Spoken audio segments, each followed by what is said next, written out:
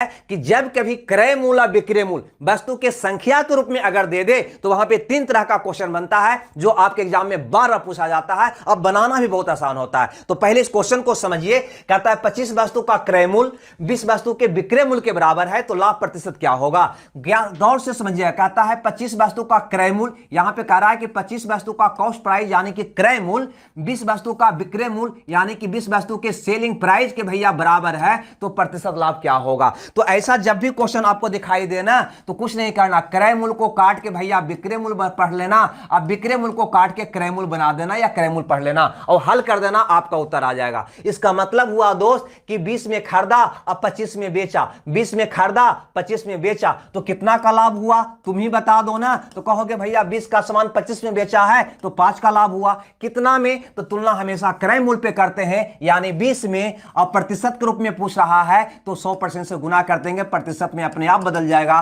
25% का भैया लाभ होगा जो आपका आंसर होगा जो ऑप्शन बी में दिखाई दे रहा है। क्लियर है? रुक जाइएगा, आगे और समझाएंगे हम अगला टाइप का क्वेश्चन भी। ये क्वेश्चन कहता है कि एक दुकानदार क्रिकेट के बल्लों को इस प्रकार बेचता है कि 35 बल्लों का विक्रय मूल्य यानी 35 बल्लों का विक्रय मूल्य 50 बल्लों के क्रय मूल्य के बराबर है यानी 50 बल्लों के सीपी के बराबर है तो उसका लाभ प्रतिशत बताओ। मैंने क्या बताया? कभी भी क्रय मूल्य या विक्रय मूल्य वस्तु के संख्या के रूप में दे दे तो भैया विक्रय मूल्य को काट के क्रय मूल्य बना देंगे या क्रय मूल्य को काट के विक्रय मूल्य बना देंगे और हल कर देंगे। यानी स्पष्ट है कि 35 में खरीदा और 50 में बेचा यानी 35 का सामान 50 में बेचा तो कितना का लाभ हुआ? तो कह दोगे भैया 15 का लाभ हुआ। कितना में? तो तुलना हमेशा क्रय मूल्य पर करते हैं यानी 35 में। हमें प्रतिशत के रूप में पूछा गया है तो ईटा खपरा तोता मैना किसी को भी प्रतिशत बदलना हो तो 100% से क्या कर देते हैं? गुना कर देते हैं। हल कर देंगे 3 पचे 15 7 पचे 35 यानी 300/7%। और इसको दशमलव में कन्वर्ट करोगे तो भैया आ जाएगा 7×4 4 यानी 4 से स्टार्ट होने वाला है इसका उत्तर होगा। इसका पहला अंक 4 नहीं है, नहीं होगा। इसका पहला अंक 3 है यानी कि 4 नहीं है, नहीं उत्तर होगा। इसका पहला अंक 6 है, 4 नहीं है, उत्तर नहीं होगा। 4 केवल इसका स्टार्टिंग है यानी बी ऑप्शन आपका क्या होगा? सही होगा। पूरा का कैलकुलेशन हम करने का कोशिश नहीं करेंगे। इसको अगर हल भी करोगे ना तो भैया यही आएगा। हल करके घर पे आराम से देख लेना, लेकिन इतना दशमलव में कन्वर्ट हम क्यों करें। और भैया अगर ये बात आप समझ गए तो ये क्वेश्चन आपके लिए हम छोड़ते हैं जिसका उत्तर कमेंट्स बॉक्स में आप जरूर देंगे। और बढ़ते हैं अगले टाइप यानी इसका दूसरा टाइप का क्वेश्चन कैसे पूछता है उसको देखते हैं। जेनेटिक हेयर लॉस यानी कि गंजापन रोकना मुमकिन है और इसके लिए आपको हेयर ट्रांसप्लांट या कुछ। चलिए भैया ये दूसरे टाइप का क्वेश्चन है, इस पर हम विचार करते हैं। इसमें दिया हुआ क्या है गौर से समझिएगा। पहले वाला क्वेश्चन में था कि इतना वस्तु का क्रय मूल्य इतना वस्तु के विक्रय मूल्य के बराबर है, ऐसा क्वेश्चन था। यहां पे क्या है कि 12 घड़ियां बेचकर दुकानदार 2 घड़ी के विक्रय मूल्य के बराबर लाभ कमाता है। ठीक है भैया, तो लाभ कब होता है? जब विक्रय मूल्य ज्यादा होता है। हम कह सकते हैं भैया कि जब विक्रय मूल्य ज्यादा होता है यानी विक्रय मूल्य माइनस क्रय मूल्य बराबर क्या होता है? लाभ। इतना तो आप जानते ही होंगे। नहीं, अब यहां पे के घड़ी बेच रहा है तो कहोगे 12 घड़ी। जितना घड़ी बेचेगा उतने घड़ी का क्रय मूल्य लेना है, उतने घड़ी का विक्रय मूल्य लेना है। यानी विक्रय मूल्य कितना हो गया भैया? तो 12 घड़ी बेचा है तो 12 घड़ी का बराबर विक्रय मूल्य लोगे तुम। उसी प्रकार से क्रय मूल्य कितना लोगे? तो 12 घड़ी बेचा है यानी कि 12 घड़ी खरीदा होगा तो 12 घड़ी का क्रय मूल्य लेना है। यह बात ध्यान देना, जितना घड़ी या जितना वस्तु का विक्रय मूल्य लोगे उतने वस्तु का क्या लेंगे? क्रय मूल्य। तो विक्रय मूल्य माइनस क्रय मूल्य बराबर क्या हो जाएगा? लाभ। लाभ कितना होता है? यहां पे साफ साफ लिखा हुआ होगा। लाभ के बारे में बोला है कि 2 घड़ी के विक्रय मूल्य के बराबर लाभ होता है, यानी कि लाभ जो होता है 2 घड़ी के विक्रय मूल्य के बराबर हो रहा है तो 2 घड़ी का विक्रय मूल्य। कभी कहेगा लाभ 2 घड़ी के क्रय मूल्य के बराबर होता है तो 2CP लिख देते है ना। कभी हानि बोलेगा, कुछ भी बोले हम वैसे बना लेंगे। अब 2SP को इधर लाएंगे तो आपका हो जाएगा 10SP बराबर, ध्यान से समझिएगा, यहां पे आपका हो जाएगा 10SP बराबर, इधर जाएगा तो 12CP। इतना तो कर ही सकते हैं ना। अब गौर से अगर देखोगे तो ये पहले जैसा क्वेश्चन बन गया कि नहीं? ये बन गया कि नहीं कि 10 वस्तु का विक्रय मूल्य 12 वस्तु के क्रय मूल्य के बराबर है तो भैया क्रय मूल्य को काट के विक्रय मूल्य और विक्रय मूल्य को काट के क्रय मूल्य बना दो और हल कर दो, आपका आंसर आ जाएगा। आएगा कि नहीं आएगा। यानी 10 का सामान अब 12 बेच रहे हैं तो भैया आप कहेंगे लाभ कितना का हुआ, तो कहोगे 2 का। कितना में, तो क्रय मूल्य पर तुलना यानी कि 10 में, प्रतिशत पूछ रहा है तो 100% से गुना कर दो, आंसर आ जाएगा 20%, यानी कि ऑप्शन आपका सी सही हो जाएगा। तो इस ढंग से आप इसको बना लोगे। अगर वही बात यहां पे हम देखें, इस क्वेश्चन में देखें लाल कलर से लेकर कि 33 मीटर कपड़े की बिक्री करने पर, यानी कितना मीटर कपड़ा बेच रहा है वो 33 मीटर, तो हुए लाभ का प्रतिशत ज्ञात कीजिए। यदि बिक्री में हुआ लाभ 11 मीटर कपड़े के विक्रय मूल्य के बराबर हुआ हो, लाभ कितना हुआ है 11 मीटर कपड़ा के विक्रय मूल्य के बराबर, लाभे न हुआ है तो लाभ कब होता है, जब विक्रय मूल्य ज्यादा होता है। यानी कहोगे विक्रय मूल्य माइनस